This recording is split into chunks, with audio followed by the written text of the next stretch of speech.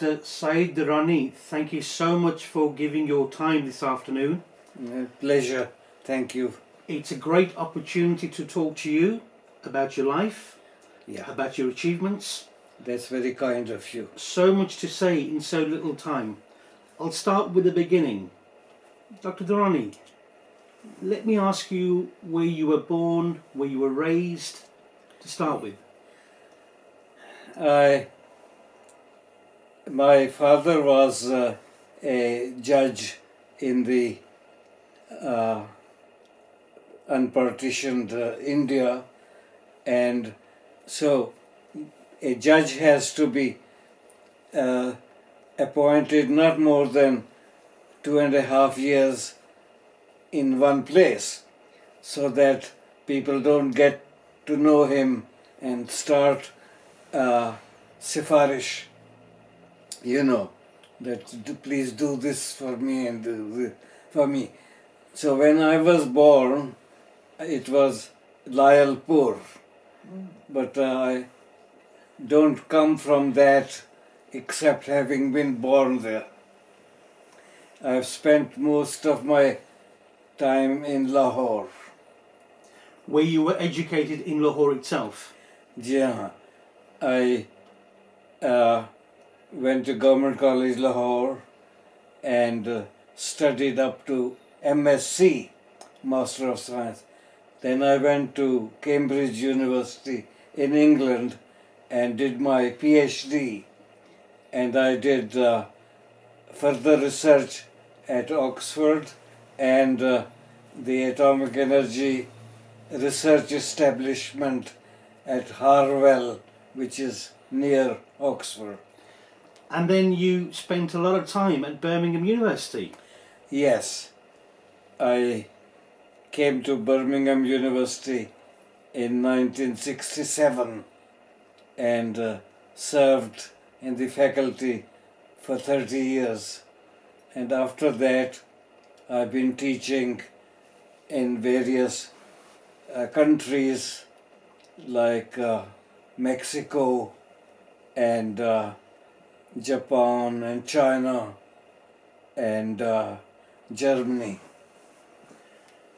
In terms of your profession, you are regarded in high esteem, especially when we talk about your articles in the New Scientist on more than one occasion.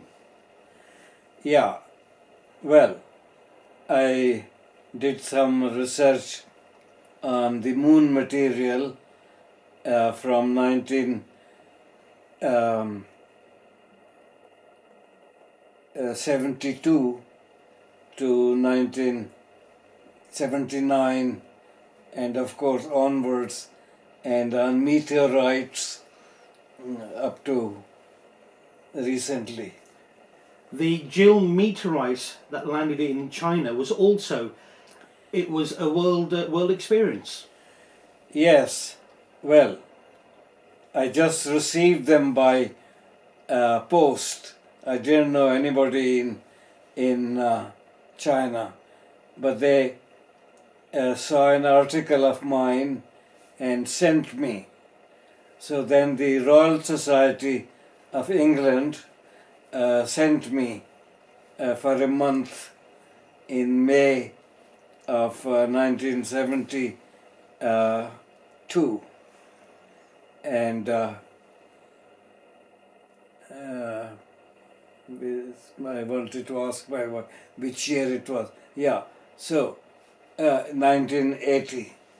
In 1980, for a month to go all over China and see their research and give them some advice. So I made very good friends, and the person who I first worked with is Dr. Wu Yang, who is in charge of the Chinese program to put the man on the moon, and they are hoping to do so. They have already sent missile, but not a man on the moon as yet. But that's what they are hoping to do. You were also part of the Pakistani atomic program. Yes, I was director of the Atomic Energy Center in Lahore, and then they have an institute for atomic research and atomic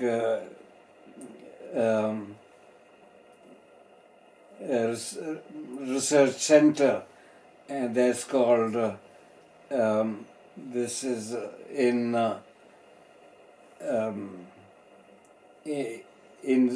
what's the Institute of Science and Technology in Islamabad, and also there's a related teaching institute for atomic higher studies, where I taught from time to time for several years on behalf of UNESCO, which is the scientific wing of United Nations. Dr. Durrani, as a Pakistani, you must have been immensely proud in your research, both in terms of astrophysics Yes, and the meteorite itself. yes, it was a great privilege because I was the only Asian in Britain to lead a team of research on lunar material, which the Royal Society of England got from the American Apollo program and the Russian Luna program. So for several years I was working on finding out the history of the moon, especially its radiation and thermal. You see, on the moon there's no atmosphere. On the earth it is as if we were sitting under a tank of water which is 33 feet 10 meters thick. So most of the meteorites, micrometeorites and other cosmic things and radiations are stopped, are become very low because of the protection of this 33 feet of water that we are sitting here. But on the moon there's no atmosphere, so a lot of radiation falls, and so I was studying how much radiation and what type of radiation. On the subject of science and astrophysics, a brief question, and a question that gets asked to this day: is there life on other planets? Is there life on other planets as a scientist? Yeah, it must be. You see, when you say other planets, then there's a whole cosmos, nebulas, and so on. So there are many stars, and many stars must have, some of them will have satellites, planets. For example, the Sun has 8 or 9 planets. So the other stars, each of which is like a sun, must have planets. And it is also possible in a far-flung place, another nebula, another Milky Way, there might be life like ours, if there's water and oxygen. Moving away from science, let's backtrack a little bit. Sorry? Let's backtrack when you were in your 20s, when you were studying. You're not just a scientist, you're also a prolific writer and an esteemed knowledge of poetry. Yeah, you see, I believe that each of us, you and me, and all these, it's not just one-sided. They should, if they are interested in science, it doesn't mean they cannot be interested in literature and vice versa. So I've always kept interest in both and produced some books in literature, in English and in Urdu, and also poetry. There's my book, this one. It says Gubare Kehkashan, the dust of the galaxies. So here it is poetry, which is usually ghazal, lyrical poetry. And there's also, I didn't bring my science books. I have written books. Numerous books on science, yes, I understand. Which have been translated into Russian and also German. And you are a world authority, I hear, A born. a world authority on Dr. Allama Iqbal. Yeah, I don't know whether one is born, but I became interested in writing poetry when I was at Lahore at the government college. I was deputy editor of the Ravi, and I used to write lyrical ghazals and poetry, natural poetry about nature. Where did the original idea of poetry stem from? Because at the age of 22 you were actually asked where your love and devotion actually lied. Was it with science or poetry? Yeah. So I had said, my principal, Qazi Muhammad Aslam, asked me, Durrani, are you going into literature or into science? Because you seem to be interested in both. Because I was writing for the college magazine poetry. So I said there were two possibilities. Either do science as a hobby and literature as my serious study, or the other way around. But it is difficult to do science as a hobby because you need computers and instruments. So I'll choose to do science as a hobby and be a scientist as a profession. You are to this day still the chair of the Dr. Allama Foundation. Which foundation? Dr. Allama Foundation.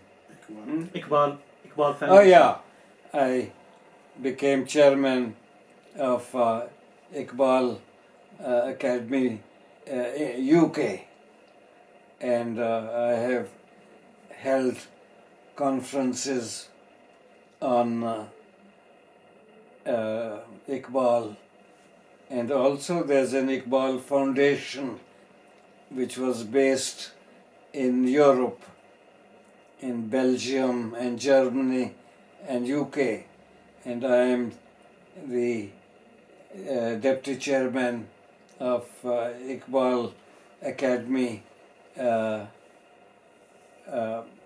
Europe. And you actually wrote a number of books on this subject. Yes, I wrote, there's this and that. This is called Iqbal in Europe. So this is about what was Iqbal doing his PhD, and then his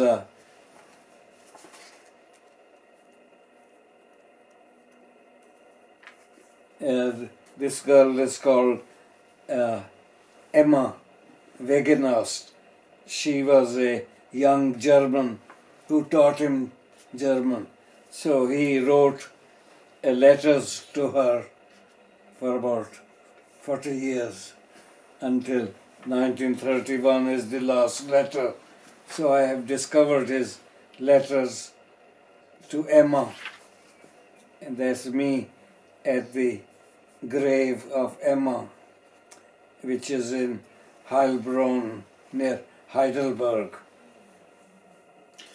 Dr. Durrani, you were very instrumental also of having Dr. Iqbal's photo in Cambridge University, Trinity College. Yeah. What did I do in the... You actually arranged for the photograph to be placed in Trinity College. I see. Is there a picture here? Yeah. On the other side. Yeah. Yeah. That I got from our academy to be painted by Gulji, who was the most famous artist. And this is now hanging in Trinity College in Cambridge. You must have been very proud. Yeah, it was a very big event. About 200 people, and the head of Trinity College, Cambridge, Professor Michael Atiyah, who happened to be of Arab descent. So he said, "Oh yeah, I can see your book."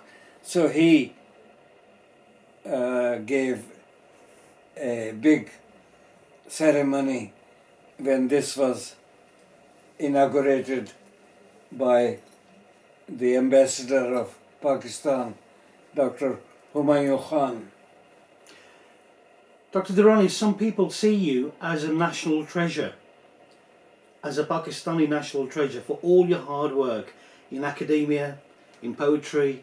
Yeah. And really and truly, one does think sometimes, what is your views about the Birmingham Pakistani population and about whether they actually understand culture and what more needs to be done? Yeah, I think this is a subject more my friend Mr. Chishti, Makhtoom Chishti would be able to say. But Pakistanis generally are very hardworking, and sometimes they become too religious, which I think religion is fine if it teaches you to love mankind and respect other religions as well. So the Pakistanis and Indians are very hard-working people, and they are quite creative. Dr. Durrani, how would you like your legacy to be remembered? What is your legacy? One doesn't do work to produce a legacy, but it comes as a byproduct. My work has been one to propagate Iqbal, Dr. Sir Muhammad Iqbal, who was the spiritual founder of Pakistan and a very great poet-philosopher of the East. I consider him a real genius. So I have done what I could on Iqbal and his legacy, not my legacy. Thank you very much. Thank you for your interest in this.